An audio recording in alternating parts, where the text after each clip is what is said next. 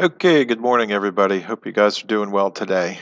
We are going to continue to discuss Chapter 6, Section 2, which is how to solve systems using elimination. Today, we're going to talk about a couple things, but the main thing is we're going to discuss the different outcomes that can happen whenever you try to solve a system. Now, if you remember from our packets, there is three different things that can happen. You can either get one solution, you could get no solutions, or you could get infinite solutions. With nonlinear systems, there's multiple things. You could get two solutions, or three solutions, or one, or none. So I want to show you what happens algebraically when you have that situation. So up until now, all the algebra that we've done in solving these, we've always come up with one solution. So I want to show you what happens when that isn't the case. So this says graphical interpretation of solutions. It says it is possible for a general system of equations to have exactly one solution, two solutions, two or more solutions, or no solutions. So it says if a system of linear equations has two or two different solutions, it must have an infinite number of solutions.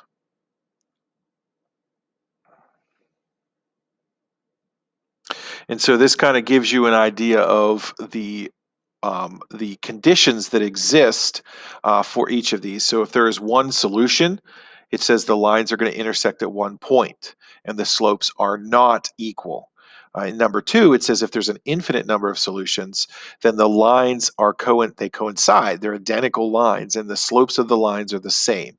And the lines would be the same. And then there's no solutions, which means the two lines are parallel, in which case they do not intersect, which means the slopes are equal. And this is referring to just linear systems. So a system of linear equations is consistent. So this word consistent means when it has at least one solution. And then there's a second classification to these systems. There's an independent, consistent independent, and then there's a consistent dependent. So it says a consistent system with exactly one solution is considered independent, whereas a consistent system with infinitely many solutions is considered dependent. And then the third thing that can be is a system that has no solution is called inconsistent. So we have consistent independent, we have consistent dependent, and then we have inconsistent. So in this first example here, what they want us to do is to match each system of linear equations with its graph and then describe the number of solutions and state whether the system is consistent or inconsistent. So before I match them, I'm just going to look over here. And if you look at this first one, and I'm going to highlight it real quick right here, this first one, you can see that it appears that there's only one line there. And the reason why that it appears that way is there's actually two lines, but they are the same line. And so when it's the same line, if we go up here, if it's the same line, it means they share all of the points. So there's an infinite number of solutions. And so this last part right here says a consistent system, so that's a consistent system is when it has at least one solution, that has infinitely many solutions is called dependent. So this first graph right here is consistent dependent. Okay. Now, along the same lines, a consistent system that has one solution is going to be consistent, but the lines themselves are independent. So we have consistent dependent, we have consistent independent. Consistent meaning there is a solution, and dependent or independent means whether the lines are the same or different. And then the last type is inconsistent. And that's when there is no solution. That parallel, the center one, does not have a solution. So we've got those labeled. And so this one, there would be infinitely solutions. This is there's no solution. The 0 with a line through it means the empty set or null set, which means there is no solution. You don't want to put 0 there because if you just write 0, that might sound like that one of the solutions is 0, which it's not. So you want to put a 0 with a line through it. It means no solutions. And this would be one solution. So we have described the number of solutions and we stated whether the system is consistent or inconsistent. Now we just need to finish by matching the graph to its system. So looking at this system, if I were to graph this first one, okay, and this is where your knowledge of how to graph a line in standard form is pretty important because I'm not going to write all this work out because it would be a lot of work. What you need to do is realize that when you have something in standard form, if you put a 0 in for y, you end up with 2x equals 3, which would give you x equals 2 over 3. So that's the x-intercept. Okay. Now I'm going to do the same, but instead of putting a 0 in for y, I'm going to put a 0 in for x. I get negative 3y equals 3, which means y is negative 1. So what these two numbers right here tell me is where this line crosses the x and the y axis.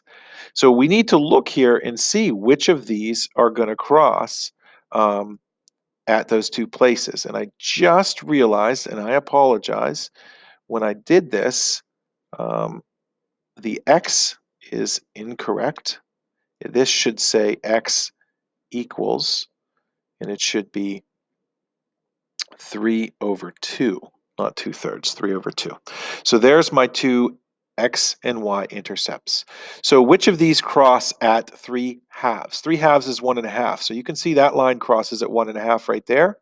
And that line also crosses at -1. So the first graph could be, that could be one of the solutions. If you look at this one crosses at 1.5, and this one crosses at -1. So it also could be that one. This one crosses at 1.5, and this one crosses at -1. So unfortunately, finding the x and y intercepts for this first graph really didn't help us because all three of the graphs have that line included. So now it's going to be dependent on what the second line is and how it's graphed. So we're going to do the same thing. I'm going to put a 0 in for y, which is going to cancel that. And when I divide both sides by -4, I get x equals, I would get -6/4, which reduces to -3/2. When I do the same now for the x, I'm going to get rid of the x, divide both sides by 6 in that second equation, I get y equals 1. So now those two are the x and y intercepts for the second line. And now when I look at -3/2, this one crosses at -3/2. And over here, -3/2 is -1.5. There's nothing there and there's nothing there. So what that tells us is this line right here is the correct line that we're looking for. You can also see that it crosses at y equals 1. So that means that A goes with graph 2. Now let's move to B. We're going to do the exact same thing. I'm going to put in a 0 for y right here, and I can see x is equal to 3/2 because I divide both sides by 2. Now I'm going to put a 0 in for x. I'm going to divide both sides by -3, and I'm going to get y equals -1.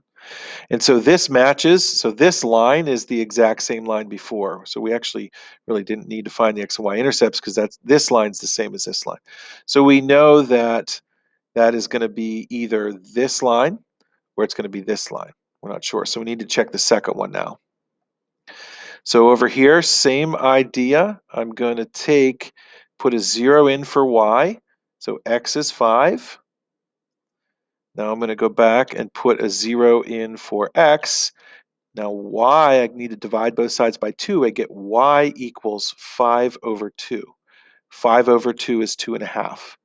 So which of those has an x-intercept of 5 x-intercept of 5, and a y-intercept of 2.5. Looks like that one. This one doesn't intersect, but we can't use that anyways because it's already used up. This one doesn't intersect at 5.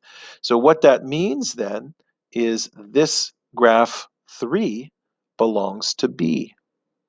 And so then by process of elimination, this one right here has to be C. Okay, so hopefully that made sense to you. I'll re-explain. I utilized finding the x and y intercepts for each of the equations in standard form to graph. It's much easier than putting them into slope-intercept form. There's just your answers. All right, so let me show you. This is what we were talking about now. So let me show you an instance where we have an inconsistent system, or we could also possibly have a consistent dependent system. So it's going to be one or the other. So these are both in standard form. And so since they're in standard form, we are going to utilize the elimination. I am going to multiply this first one by 2. So this 2 is going to multiply each one of those like that. I'm going to write the new one underneath. So I'm going to get 2x minus 4y equals 6. I'm going to add these two together. You can see the 2's cancel. You can see the 4y's cancel, right? So negative 2x and 2x is 0. 4y and negative 4y is 0. But then what? So all of this left-hand side is 0, and then I get 7. So I'm left with 0 on the left-hand side and 7 on the right. Well, wait a second. 0 does not equal 7. That is not true. So this is not true. So what this means is we got a false statement. And when we get a false statement, that means there is no solution. Or you could go like this with a line through it. That's fine too. That's what the 0 with a line through it means. That's the null set. So again, if you try to solve this system and you end up with a false statement, notice all the variables go away and you're just left with 0 equals 7. This means this is not a true statement. There will be no ordered pair. So let's think about this for a second. If there is no ordered pair where the lines cross, that means these lines are not crossing. So dealing with linear equations, there's one of three things can happen. Which of these three things is happening where the lines are not crossing? And that would be this right here. So what that tells you is if you were to graph both of these equations, this one and this one, the lines will end up being parallel and they're not going to intersect. Therefore, there is no solution to the system. Now we're going to solve this one just like we solved the last one. I'm going to multiply this first one right up here by, let's go with, I don't know, let's go with negative 2. So negative 2 is going to go there, and there, and there. Okay, so I'm going to write my new equation below, negative 4x plus 2y equals negative 2, like that. Okay, and now if you go to add these two up, you can see the x's cancel, so 4x minus 4x is 0. Negative 2y plus 2y, that's also 0. But over here, so everything over there turned into 0, but everything here, 2 plus negative 2, that's 0. And see, what you end up with now is they completely cancel each other out. They're gone. 0 equals 0. Now, what this ends up being is this is true. 0 does equal 0 for sure. But what this tells us then is that there's going to be an infinite number of solutions. And what that means is they, meaning this equation right here and this equation right here, share all of their points. All the ordered pairs that those two equations have are the same. So if we scroll back up here for a second and we look at the graphs that we have again, we're talking about this instance right here, where there is actually two lines, but when you graph them, the lines are on top of each other. Therefore, they share all of their ordered pairs. So back down to here, this is the case where you have infinite solutions. So as you can see, When you get these systems that either have zero solutions or infinite solutions, they're actually kind of easier because there's no back substitution worried about. Everything cancels out, and you either end up with a true statement or a false statement. And the true statement means there's infinite solutions, and the false statement means there's no solutions. So hopefully that made sense. As always, if you have any questions, feel free to email me and have a good day.